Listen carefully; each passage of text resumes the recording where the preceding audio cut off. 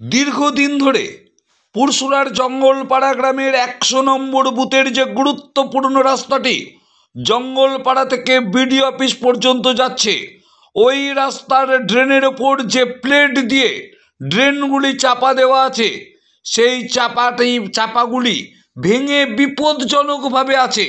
মাঝে মধ্যেই দিনে ও রাত্রের অন্ধকারে দুর্ঘটনা ঘটেই চলেছে। স্থানীয় মানুষের দাবি দ্রুত মেরামত করা হোক রাস্তার।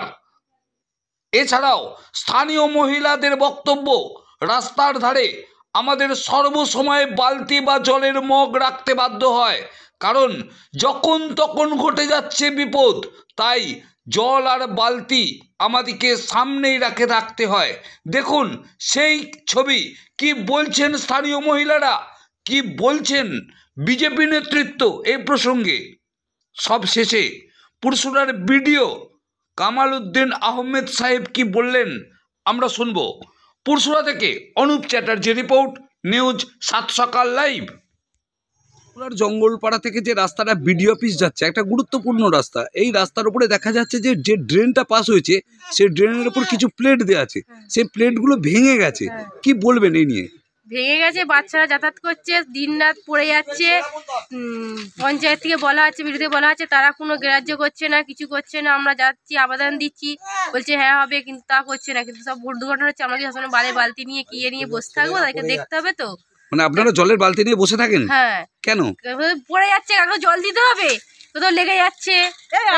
সেবার পড়ে গেছিল, আমার মেয়েও পড়ে গেছিল, কিন্তু আমি পড়েছি, আমার সবাইকে তো বলা হচ্ছে যে এখানটা বাগিয়ে দিন, তারা কিন্তু কোনো গ্রাহ্য করছে না। আপনারা চাইছেন যে এখানটা রিপেয়ারিং হোক? হ্যাঁ, রিপেয়ারিং হোক। কি নাম আপনার? প্রিয়াঙ্কা পাল।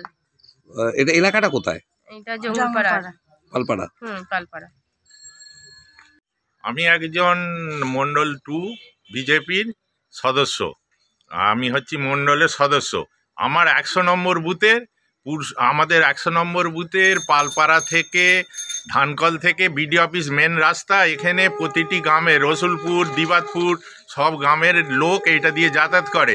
সেই রাস্তার উপর এমন রাস্তার অবস্থা, ড্রেন খোলা, ড্রেন, মানুষ পড়ে যাচ্ছে, চাপা দেওয়ার ব্যবস্থা হয়নি।